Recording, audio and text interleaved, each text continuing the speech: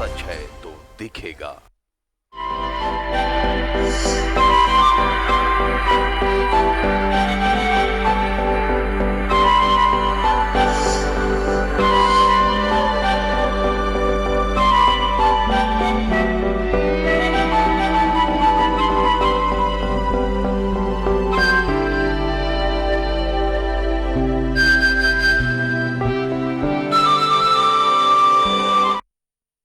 नमस्कार, स्वागत है आपका न्यूज़ 11 भारत में। मैं हूं आसिया। आप देख रहे हैं स्पेशल प्रोग्राम मां का आंचल। अगर आपकी गोद है सूनी और आप मां की ममता से हैं महरूम, तो निराश होने की अब जरूरत नहीं, क्योंकि रांची का ओसिस फर्टिलिटी आपकी सूनी गोद आबाद कर खुशियों के वो पल ला सकता है जिससे आपका घर आंगन बच्चे की किलकारी से चहचहा उठे। भर में 15% दंपतियों को संतान प्राप्ति में परेशानी होती है। IVF यानी इन विट्रो फर्टिलाइजेशन उन दंपतियों के लिए वरदान साबित हो रहा है जो किसी वजह से संतान का सुख नहीं ले पा रहे। IVF का सहारा लेने वाली ज्यादातर महिलाएं वो हैं जो कुदरती तरीके से गर्भधारण नहीं कर सकती हैं। IVF में शरीर के बाहर वीर्य के जरिए डिम का गर्भधारण होता है, जिसके बाद भ्रूण को गर्भाशय में डाला जाता है। क्योंकि ये शरीर के बाहर होता है, इसलिए इसे टेस्ट ट्यूब बेबी के नाम से भी जाना जाता है। IVF की पूरी प्रक्रिया में 2 से 3 सप्ताह का समय लग जाता है। इस प्रणाली के 14 दिनों बाद होने वाली प्रेगनेंसी टेस्ट में इसकी सफलता या असफलता का पता चल जाता है। संतान सुख की प्राप्ति के लिए कई दंपति अब IVF प्रणाली को अपना रहे हैं। ऐसे में हम कह सकते हैं कि आने वाले युग में मातृत्व सुख अब एक नई प्रणाली से हासिल होगा।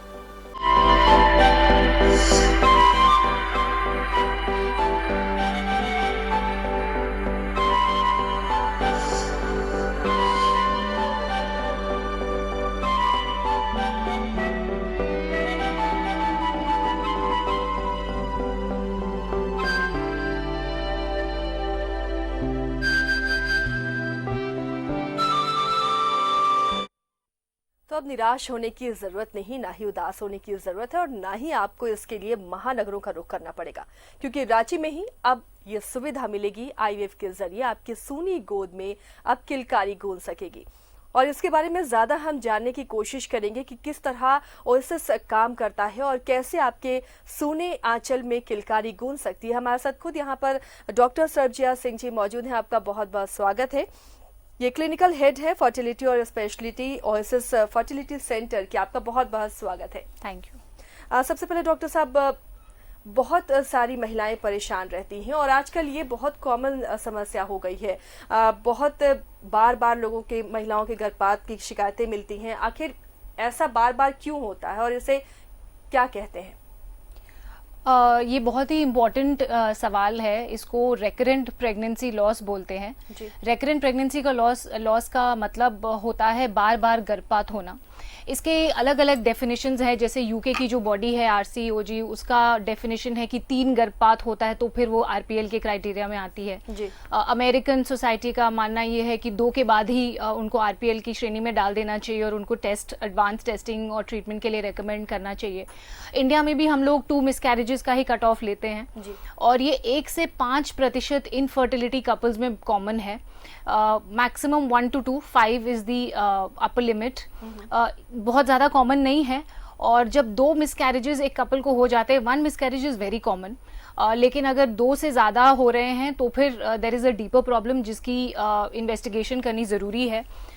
इसके बहुत सारे कारण होते हैं, जैसे कि थ्रोम्बोफिलिया, ब्लीडिंग, ब्लड में कोई प्रॉब्लम हो सकती है, हार्मोन की प्रॉब्लम हो सकती है, बच्चेदानी की प्रॉब्लम हो सकती है, मटर्नल और पेरेंटल कैरियोटाइप और जीनोटाइप की प्रॉब्लम हो सकती है, जिससे कि अबनॉर्मल एम्ब्रियो की फॉर्मेशन होती है और वो बार बार गर्भपात में कन्वर्ट होता है। लेकिन डॉक्टर साहब, क्या ये पहली बार जब आप कंसीव करें उसके बाद अगर आपको बार बार मिसकैरेज हो रहे हैं, ये उस वक्त आप इससे रिकरेंट प्रेगनेंसी लॉस मानते हैं, या एक बेबी आपका हो गया और उसके बाद अगर ये कंडीशन नजर आ रही है तो? हाँ, ये अच्छा सवाल है कि अगर व्हाट इफ किसी का एक पहले से एक लाइफ चाइल्ड है और फिर उनको 2 बार मिसकैरेजेस हो रहे हैं, तो इस कपल में भी एक लाइफ चाइल्ड के बाद अगर 2 सब्सिक्वेंट मिसकैरेजेस हो रहे हैं तो भी वो RPL की श्रेणी में ही जाएंगे। तो इसके रीजंस आपने तो बताया, लेकिन क्या इसके अलावा भी कुछ होते हैं? आजकल की जो लाइफ स्टाइल है वो कितना असर डालती है? लाइफस्टाइल इनफर्टिलिटी पे बहुत असर डालती है, not much on recurrent pregnancy loss. Pregnancy loss के सबसे कॉमन कॉजेज जो फर्स्ट 3 ट्राइमेस्टर्स, प्रेगनेंसी लॉस का डेफिनेशन यही होता है कि पहले कंसेप्शन से लेके 20वें हफ्ते के बीच में जो मिसकैरेजेस होते हैं उनको हम लोग आरपीएल बोलते हैं। तो बेसिकली इस फेज में जो भी मिसकैरेजेस होते हैं इसका सबसे कॉमन कॉज होता है, सबसे पहला तो एनाटॉमी ऑफ द यूट्रस, बच्चेदानी में कोई प्रॉब्लम होती है, जैसे कि फाइब्रॉइड होता है, सर्वाइकल इनकॉम्पिटेंस होती है, ये सारी चीज़ों की वजह से मिसकैरेजेस हो रहे हैं बार बार। दूसरा मोस्ट कॉमन इज थ्रोम्बोफिलियाज और any bleeding disorder in the mother, जैसे कि अबनॉर्मल क्लॉट्स फॉर्म हो जा रहे हैं जो कि प्लेसेंटल मटर्नल सर्कुलेशन में कहीं भी एक क्लॉट बन जाए, बेबी को ब्लड सप्लाई रुक जाता है, जिसकी वजह से मिसकैरेजेस हो जाते हैं। थायराइड और प्रोलैक्टिन, जैसे कि आपने पूछा, ये आपके क्वेश्चन से थोड़ा रेलिवेंट है कि आजकल की डेट में बहुत बहुत ज़्यादा इफेक्ट करता है लोगों को। थायराइड एक बहुत छोटी सी प्रॉब्लम लगती है लेकिन it plays a major role in infertility and miscarriages, और उसका कट ऑफ बहुत अलग होता है फॉर फर्टिलिटी। जैसे आप एक नॉर्मल फिजिशियन के पास जाएंगे तो वो आपको बोलेगा कि 5 तक नॉर्मल है, तो आपको इलाज कराने की जरूरत नहीं है, विच आई अग्री विथ। लेकिन अगर आप प्रेगनेंसी और इनफर्टिलिटी और कंसेप्शन के लिए कोशिश कर रहे हैं तो फिर आपका टीएसएच का कट ऑफ अलग होता है। तो अगर आप 5 से नीचे भी हैं तो भी आपको इलाज की जरूरत पड़ सकती है, जब तक कि आपका प्रेगनेंसी और डिलीवरी नहीं होता। उसके बाद you don't need treatment. So thyroid, prolactin की प्रॉब्लम्स, मैटरनल और पैटर्नल कैरियोटाइप जैसे 35 के बाद मिसकैरेज के चांसेस बहुत बढ़ जाते हैं इन फीमेल्स, क्योंकि जो oocyte डेवलप होता है, जो अंडेदानी में अंडे बनते हैं, उनमें जेनेटिक एरर्स होते हैं जिसकी वजह से अंडे की क्वालिटी उतनी अच्छी नहीं रहती है और मिसकैरेजेस के चांसेस बढ़ जाते हैं। आजकल बहुत लेट में शादियां हो रही हैं, ये एक बड़ी वजह मुझे लग रही कि इसकी हो रही है। एग्जैक्टली और इट्स नॉट जस्ट औरतें, आदमियों में भी इंडिया में अभी एक छोटा अमाउंट का ही स्टडी हुआ था जिसमें कम पेशेंट्स थे, लेकिन उसमें ये भी प्रूव हो रहा है, we need a larger sample size to validate that, कि आदमियों में भी 40 के बाद डीएनए एरर्स होते हैं जिसकी वजह से मिसकैरेजेस होते हैं। एक और इम्पॉर्टेंट क्वेश्चन है यहाँ पे कि डीएनए फ्रैगमेंटेशन बढ़ जाता है स्पर्म्स में। जो लोग स्मोकिंग करते हैं, जिनको वैरिकोसील वगैरह होती है आदमियों में, तो स्पर्म के डिफेक्ट की वजह से भी मिसकैरेजेस होते हैं। तो ये सारे फैक्टर्स मिलके इन सब की चेक करना बहुत जरूरी होता है। क्योरेबल है क्या? मेडिसिन से ये क्योरेबल है? मोस्ट अगर कोई आइडेंटिफाइबल फैक्टर है, जैसे कि मैंने जितने फैक्टर्स आपको बताए, तो ये क्योरेबल है। लेकिन अनफॉर्चुनेटली आरपीएल अभी भी 33% केसेस अनडायग्नोसेबल है। मतलब हमारे ऐसा नहीं कि उसका कोई कारण नहीं है, इट्स जस्ट दैट हमारे पास वो कारण आइडेंटिफाई करने का टेस्ट नहीं है अभी। तो 33% लोग जो आरपीएल में डील करते हैं उनका अभी भी कोई डायग्नोसिस नहीं हो सकता है। तो यही रीजन है मैं ये पॉइंट क्यों रख रही हूँ, ताकि औरतें जिनको बार बार मिसकैरेजेस हो रहे हैं उनको गिव अप नहीं करना चाहिए, क्योंकि जितने ज्यादा, ये बेसिक स्टैटिस्टिक्स है, जितने ज्यादा आप अटेम्प्ट्स करेंगे उतने ज्यादा सक्सेसफुल होने के आपके चांसेस हैं। तो जस्ट बिकॉज 2 बार या 3 बार मिसकैरेज हो गया, आई कैन कम्प्लीटली अंडरस्टैंड, बहुत इमोशनली ड्रेनिंग होता है किसी के लिए भी मिसकैरेज के साथ डील करना। But what I am trying to say is you should not give up and keep trying, and obviously supervision के साथ, कि अगर कोई आइडेंटिफाइबल फैक्टर है तो हम उसको करेक्ट कर लें। तो ये कैसे कोई महिला समझे या परिवार समझे कि फर्टिलिटी डॉक्टर से मिलने का वक्त आ गया है? मैं इन जनरल अगर बोलूं तो अगर एक कपल के शादी को 1 साल हो गया और दोनों साथ में रह रहे हैं और प्रेगनेंसी नहीं ठहर रही है, तो उनको डॉक्टर के पास आना चाहिए। ऑब्वियसली अगर आपकी उम्र 35 से ज़्यादा है, आपने लेट शादी की है, तो फिर आपके लिए ये ड्यूरेशन 1 साल का नहीं रहेगा, 6 महीने का रहेगा, क्योंकि अंडों की संख्या कम हो जाएगी। आरपीएल में जैसे कि मैंने बताया, इंडिया में हम लोग 2 केसेस को रखते हैं। आजकल बहुत ज़्यादा अवेयरनेस है और काफ़ी पेशेंट्स एक मिसकैरेज के बाद भी ही डॉक्टर के पास आ जाते हैं। तो और अगर 2 होंगे तो डेफिनेटली आपको जाना चाहिए, क्योंकि काफ़ी हद तक medicine, steroids, aspirin, blood thinners, ये देकर हम लोग काफ़ी हद तक प्रिवेंट कर सकते हैं। और अब तो हम लोगों के पास प्री जेनेटिक स्क्रीनिंग है, जो कि एक एम्ब्रियो हम लोग जिससे क्रिएट करते हैं और उस एम्ब्रियो की बायोप्सी की जांच करते हैं, उसके टुकड़े की जांच करते हैं। और जैसे किसी पेशेंट के पास 4 एम्ब्रियो बने या 5 एम्ब्रियो बने, तो उस 5 एम्ब्रियो को जब हम लोग टेस्ट करके वापस मंगाते हैं तो हमें पता चलता है कि 5 में से 2 अबनॉर्मल हैं, या तो हम लोगों को प्रेगनेंसी से पहले ही पता चल जाता है कि ये एम्ब्रियो अबनॉर्मल है, इसको मत डालो। तो हम लोग embryo selection pre genetic screening बोलते हैं, तो ये हम करते हैं एट ओएसिस, और ये काफी हद तक आरपीएल को प्रिवेंट करता है। उपचार कह सकते हैं? Yes, PGS with a lot of other factors, जैसे मैंने बोला एस्प्रिन वगैरह, ब्लड थिनर्स, हेपारिन, कभी कभी स्टेरॉइड्स, ये सब कुछ मिला के काफी हद तक प्रिवेंटेबल है। यानी जिनकी गोद सुनी है, अगर वो आईवीएफ के थ्रू जाती हैं तो उनकी गोदें आबाद हो सकती हैं। बिल्कुल बिल्कुल। लेकिन एक सवाल सबके जहन में होता है और कई बार ये सामने भी आया है कि हॉस्पिटल्स अपनी क्रेडिबिलिटी को अच्छा दिखाने के लिए कई बार वो माता पिता के नहीं रहते हुए भ्रूण किसी और से वो क्रॉस करा देते हैं और बोल देते हैं ये आपका है। ऐसी भी चीजें होती हैं। ये बहुत जेन्युइन सवाल है। आई एम ग्लैड दैट आपने ये क्वेश्चन पूछा कि ऐसा नहीं है कि हम डोनर्स नहीं करते at Oasis, we also do donor gametes. कुछ कपल्स को जरूरत होती है डोनर गैमेट्स की, जैसे कि एजोस्पर्मिया है और उनके पास एजोस्पर्मिया का भी बहुत उपचार है, टीजा करके हम लोग डायरेक्टली टिश्यू निकाल सकते। कुछ पेशेंट्स अफोर्ड नहीं कर सकते वो सब, तो उनके लिए ज्यादा चीप ऑप्शन होता है कि एक डोनर स्पर्म लेके आईयूआई कर दीजिए, उससे कंसेप्शन हो जाता है। कुछ औरतों की अंडेदानी में अंडे की संख्या कम हो जाती है, जो कि बहुत कॉमन होता है। ये एक एजिंग है।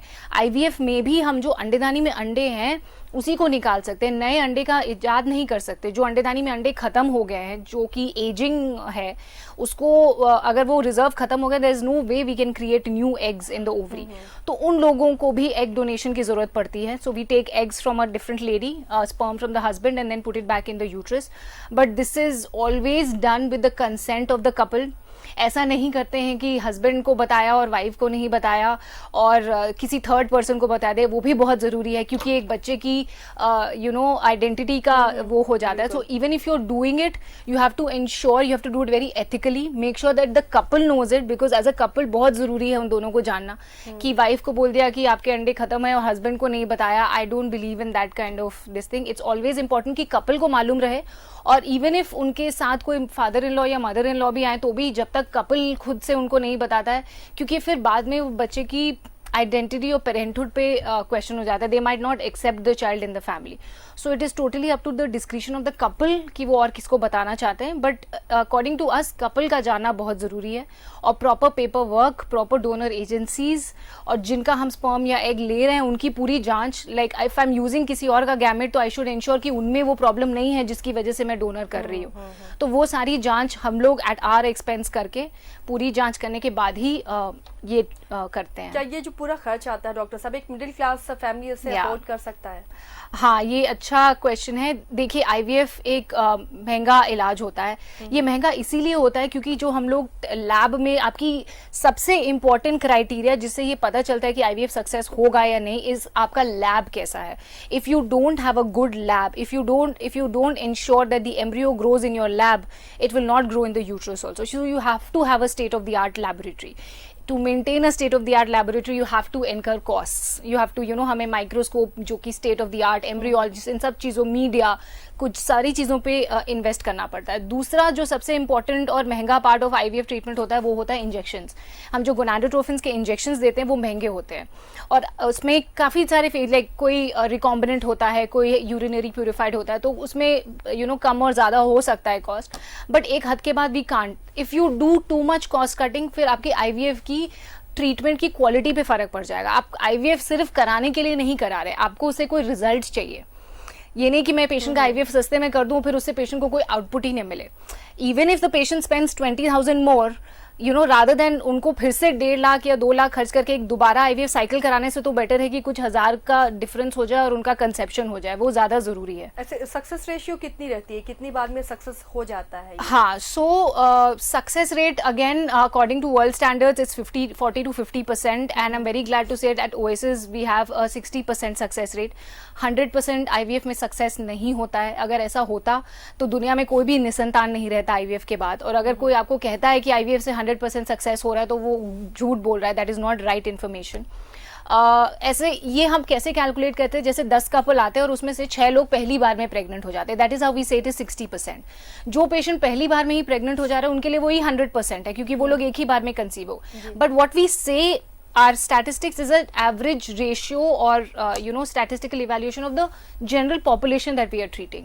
कितने देर के बाद ये ट्रीटमेंट में जाते हैं डॉक्टर साहब? कितना इंतजार आप लोग करते हैं? जैसे आपने बताया कि आरपीएल के लिए कई तरह के ट्रीटमेंट भी होते हैं, वो सारी ट्रीटमेंट कर देने के बाद अगर सक्सेस नहीं हो पा रही है, कंसीव नहीं कर पा रही है महिला, उसके बाद फिर आईवीएफ की सजेशन देते हैं या फिर ये बहुत इंपॉर्टेंट है एक कपल को सही वक्त पर आईवीएफ की वो देना, क्योंकि बहुत सिंपल है ये समझना कि जैसे नेचुरल कंसेप्शन का चांस एज के साथ घटता चला जाता है, आईवीएफ के साथ भी हम कोई मैजिक नहीं कर सकते। तो जितना लेट आप आईवीएफ कराइएगा उतना आपका सक्सेस रेट कम होगा। A woman who is undergoing IVF at the age of 40 and a woman who is undergoing जो 35 या 30 या 25 साल की उम्र में IVF करा रही हैं, ऑब्वियसली उनका सक्सेस ज्यादा होगा क्योंकि वो कम गैमेट्स तो खैर उन्हीं के हैं। तो एज भी तो अगर कोई प्रॉब्लम है और अगर मैक्सिमम 12 महीने ओवुलेशन इंडक्शन या दवाइयों के साथ 12 महीने के साइकिल के बाद भी कंसीव नहीं हो रहे हो या कोई ट्यूब ब्लॉक है, प्लीज ट्यूब खुलवाने वाली सर्जरीज पे मत रिलाई करिए। Most of the times they fail, और अगर वो सक्सेसफुल हो भी जाते हैं तो उससे बहुत सारे कॉम्प्लिकेशन जैसे कि एक्टोपिक प्रेगनेंसी वगैरह हो जाता है। तो सही टाइम पे डॉक्टर के पास आना बहुत जरूरी है। आप जितना आईवीएफ को डिले करिएगा आपका खर्चा उतना ही बढ़ेगा क्योंकि हमें उतने हाई डोजेस देने पड़ेंगे इंजेक्शंस, और आपका सक्सेस भी कम होगा। चलिए, बहुत अच्छी बातें डॉक्टर साहब ने बताई है और हमारे साथ जुड़ी रहेंगी। आगे भी आपके तमाम सवालों के जवाब हम डॉक्टर साहब से तलाशने की कोशिश करेंगे। फिलहाल एक छोटा सा ब्रेक।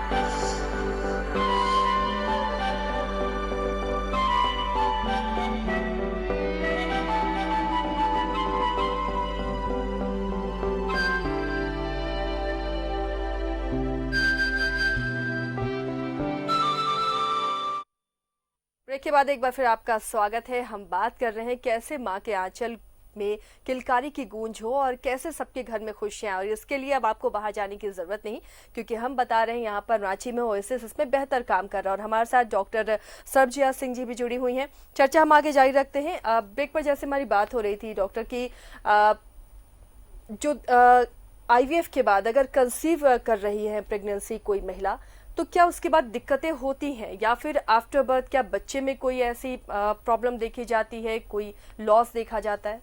ये बहुत कॉमनली आस्क्ड क्वेश्चन है और आई थिंक लोगों के लिए जानना बहुत ज़रूरी है। सबसे बड़ा जो टैबू होता है लोगों के मन में कि आईवीएफ बहुत ही ज़्यादा पेनफुल, बहुत ही ज़्यादा महंगा और बहुत ही ज़्यादा रिस्की ट्रीटमेंट होता है। ऐसा बिल्कुल भी नहीं होता है। काफ़ी सारे एडजस्टमेंट्स हो सकते हैं when it comes to cost, अगर ओवेरियन रिजर्व वगैरह सब ठीक है। और जहाँ तक पेनफुल की बात हो, ऐसा बिल्कुल भी नहीं। It's just an insulin injection जो आप डायबिटीज़ के पेशेंट रोज़ लेते हैं। और तीसरा जो है कि माँ को या बच्चे को कोई प्रॉब्लम होगा, ऐसा बिल्कुल भी नहीं होता है। आईवीएफ को इजाद हुए 42 ईयर्स हो गए हैं और अब हमारे पास बहुत एविडेंस है। जो फर्स्ट आईवीएफ बेबी थी लुई ब्राउन, अब उनके खुद के बच्चे हैं। तो ऐसा कोई भी इतने सालों में जितने आईवीएफ के बच्चे पैदा हुए हैं सबके ऊपर रिसर्च हो गया और ऐसा कोई प्रॉब्लम नहीं है कि जो हम बोल सके कि ये सिर्फ आईवीएफ के बच्चों में होता है, ये नॉर्मल में नहीं होता है। हाँ, इंसिडेंस थोड़ा सा स्टैटिस्टिक्स इधर बेंड करता है। वो इसलिए करता है क्योंकि आईवीएफ ज्यादातर वो लोग कराते हैं जिनकी एज ज्यादा होती है, और वो लोग अगर नेचुरली भी कंसीव करते तो उनको रिस्क ज्यादा होगा क्योंकि उनकी एज ज्यादा है। इसका ये मतलब नहीं है कि हम आईवीएफ कर रहे हैं इसी की वजह से कोई प्रॉब्लम हो रही है। It's something to do with the patient's intrinsic factor, not the treatment which is IVF per se. और बच्चों में भी कोई बनावटी खराबियां पहचानी नहीं गई हैं। ये बहुत कॉमन देखा गया है डॉक्टर साहब कि ट्विंस होते हैं ज्यादातर आईवीएफ केसेस में। हाँ, ट्विंस के चांसेस तब होते हैं। आई पर्सनली कंसिडर ट्विंस, अगर मेरा कोई पेशेंट कंसीव करता है, मैं अपने आप को फेल समझती हूँ। लोगों को देखने में बहुत अच्छा लगता है, अरे twin so cute, family complete, but ऐसा नहीं होता है। Twin pregnancy is very difficult. वो 9 महीने की जर्नी बहुत डिफिकल्ट होती है। Miss carriage, pre term delivery के चांसेस बहुत ज़्यादा होते हैं ट्विन्स में। तो मैं पर्सनली अगर मेरा पेशेंट कंसीव करता है ट्विंस, मैं खुद खुश नहीं होती, पेशेंट भले ही खुश हो जाता है, but as a doctor I don't feel happy. हमारा हमेशा एम यही होता है कि पेशेंट एक सिंगल हेल्दी बेबी के साथ घर जाए और वो डिपेंड करता है कि आप कितने एम्ब्रियोज डालते हैं। अगर आपका लैब अच्छा है and you are confident about your embryo quality, which we at Oasis insist that हम लोग डे 5 ब्लास्टोसिस ट्रांसफर करें, तो हम लोग एक मैक्सिमम 2 एम्ब्रियोज ट्रांसफर करते हैं, उससे ज्यादा नहीं। क्योंकि कभी कभी अगर आपके फैमिली में ट्विंस का हिस्ट्री है तो एक एम्ब्रियो भी स्प्लिट होकर 2 में बन सकता है, और अगर आप 2 या 3 डालेंगे तो फिर ट्रिपलेट्स और क्वाड्रिपलेट्स और फिर प्रेगनेंसी, ये यूएस और यूके में बहुत ईजी है क्योंकि वहाँ पे नियोनेटल केयर बहुत अच्छा है, पर इंडिया में इट्स वेरी डिफिकल्ट कि। और ये भी लोग बोलते हैं कि अगर आईवीएफ के थ्रू गए हैं तो फिर सिजेरियन बेबी होगा, नॉर्मल डिलीवरी नहीं हो पाती है, ये वाकई ऐसा होता है? और अगर होता है तो इसके पीछे रीज़न क्या है? इसके पीछे कोई रीज़न नहीं है, और ऐसा नहीं है कि आईवीएफ के द्वारा कंसीव की हुई औरतों का नॉर्मल डिलीवरी नहीं हो सकता है। जैसे कि मैं हर किसी को बताती हूँ कि एक आईवीएफ प्रेगनेंसी और एक नेचुरल प्रेगनेंसी में फ़र्क सिर्फ पहले 3 महीने में होता है, जब तक हम लोग इंजेक्शंस या आपको सपोर्ट देते हैं। एक बार प्लासेंटा बन जाता है उसके बाद कोई फ़र्क नहीं होता है औरत ने आईवीएफ से कंसीव किया है या नेचुरली कंसीव किया है। जैसे कि आप अगर नेचुरली भी प्रेग्नेंट होते हैं तो डॉक्टर जो आपको देख रहे हैं 9 महीने नहीं बता सकते कि आपका डिलीवरी नॉर्मल होगा या सिजेरियन होगा। वो इनफैक्ट लास्ट डे भी डिसीजन हो जाता है और कुछ लोगों का सिजेरियन हो जाता है। तो ऐसा कुछ नहीं है कि आईवीएफ के द्वारा, जस्ट दैट आईवीएफ प्रेगनेंसी थोड़े रिस्की होते हैं, मदर्स की एज थोड़ी ज़्यादा होती है, उनको थोड़ी हिस्ट्री होती है, तो nobody wants to take a risk and they end up more with caesarean. But ऐसा कुछ नहीं है कि आईवीएफ किया है तो सिजेरियन ही होगा। एक और सवाल डॉक्टर, ये प्री जेनेटिक स्क्रीनिंग क्या होती है? प्री जेनेटिक टेस्टिंग बहुत तरीके के होते हैं, जैसे कि मैंने अभी आपको पहले बताया आरपीएल प्रेगनेंसी लॉस के लिए हम लोग pre genetic testing for aneuploidy करते हैं। एक पेशेंट के 5-6 एम्ब्रियोज हैं तो उसमें से हम लोग सेलेक्ट करके जेनेटिकली नॉर्मल एम्ब्रियो डालते हैं। ये उन लोगों में एडवाइजेबल है जिनका मिसकैरेज हो चुका है 2 से ज़्यादा, जिनमें औरतों की एज 35 से ज़्यादा है, क्योंकि मैंने बोला उसमें ऊसाइड डिफेक्ट्स होने लगते हैं। जो पेशेंट्स का 2 या 3 बार आईवीएफ फेल हो गया है उन लोगों में तो डेफिनेटली ये रेकमेंडेड है। और इसके अलावा ज़रूरत नहीं है pre genetic testing for aneuploidy करने की। इसके बाद होता है pre genetic testing for structural rearrangements for diseases. ये तब होती है जब एक फैमिली में आइडेंटिफाइबल प्रॉब्लम है, जैसे कि माता या पिता को फैमिली में थ्रोम्बोफिलिया जो कि जेनरेशन से चला आ रहा है। तो अगर हमें पता है कि ये प्रॉब्लम है and they don't want it any more in the family tree, तो हम लोग उसको उस जीन को उससे एडिट करके जो एम्ब्रियो में वो प्रॉब्लम नहीं है वो सेलेक्ट करके उसके बाद ट्रांसफर करते हैं। इंडिया में एक ही सेंटर है जो ये करता है, विच इज़ कॉल्ड आईजीनोमिक्स। ये स्पेन बेस्ड एक कंपनी है जिनका सेंटर लैब दिल्ली में है, और हम एम्ब्रियोज बायोप्सी करके उनके पास भेजते हैं, और जब एम्ब्रियोज हमारे पास ही रहते हैं, जब बायोप्सी होके वहाँ से रिपोर्ट आती है तब हम उसके अनुसार डिसाइड करते हैं कि कौन सा एम्ब्रियो ट्रांसफर करना है। रांची में ओएसिस है डॉक्टर, और यहाँ के लोगों के लिए भी अब एक बेहतर मिल गया है हॉस्पिटल की, अब उन्हें बाहर जाने की ज़रूरत नहीं है। तो क्या रांची के लोगों के लिए कुछ खास ओएसिस की तरफ से है सौगात? डेफिनेटली मैं खुद रांची से हूँ। मैं पिछले 8 सालों से हैदराबाद में प्रैक्टिस कर रही थी और मैंने देखा कि लोग कैसे इधर छोटे छोटे शहरों से ट्रैवल करके बाहर रहते। फर्टिलिटी एक ऐसा इलाज है कि ऐसा नहीं है कि आप गए ऑपरेशन कराया और 2 दिन में वापस आ गए। इसके लिए क्योंकि ये लेडी के पीरियड्स पे डिपेंड करता है, एक सर्टेन टाइम है जो आपको रहना पड़ता है, इमोशनल सपोर्ट चाहिए होती है, रोज इंजेक्शंस लेने पड़ते हैं। तो मैंने देखा and I wanted to bring this to my city. और क्योंकि अभी हम लोगों ने शुरू किया और हम लोगों ने देखा है कि रांची में लोगों को फाइनेंशियल इश्यूज थोड़े हैं, because it's a small city, आसपास के शहरों से भी लोग आ रहे हैं। तो हम लोगों ने एक पैकेज बनाया है जो कि 1.55 लाख का है, जिसमें इंजेक्शंस और आईवीएफ सब इंक्लूडेड है। इसमें कुछ अगर एक लिमिटेड नंबर ऑफ इंजेक्शंस होता है, जैसे कि मैंने पहले बोला कि अगर मैं कॉस्ट के साथ ज़्यादा कॉम्प्रोमाइज़ करूंगी फिर मेरे क्वालिटी पे फ़र्क आ जाएगा। तो अगर आप उस लिमिटेड नंबर ऑफ इंजेक्शंस के अंदर आ जाते हैं तो आपका 1 रुपया भी एक्स्ट्रा नहीं लगेगा, और अगर आपको एक आधे इंजेक्शन ज़्यादा लग भी गए तो मैक्सिमम 20-30,000 इससे ऊपर जाएगा, उससे ज़्यादा नहीं। तो ये उन लोगों के लिए है जिनका रिजर्व अच्छा है, जिनके हाथ में एज है। तो this is specially for people of Jharkhand that we have made this package. Doctor, Oasis में क्या ऐसी खास बात है कि गड़बड़ी ना हो, उस पर नजर रखी जा सके?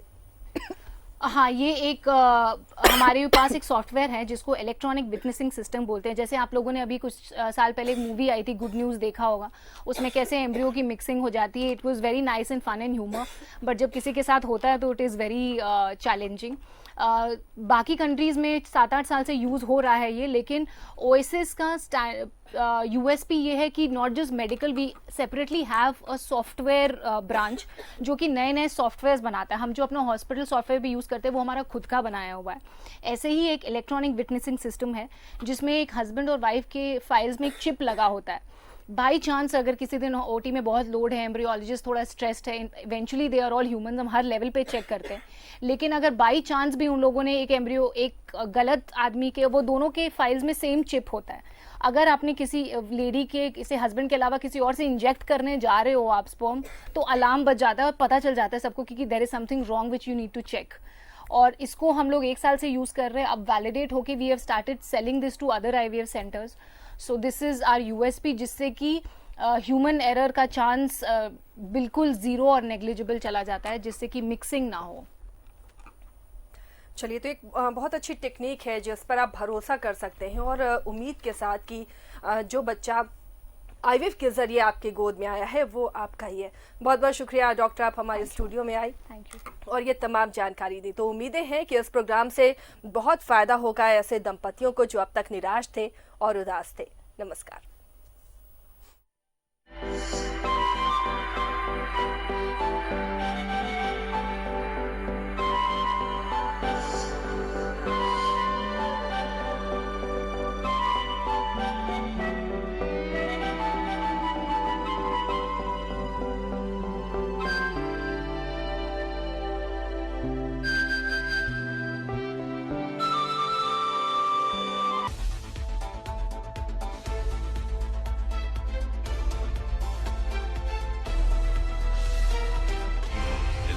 सच है तो दिखेगा।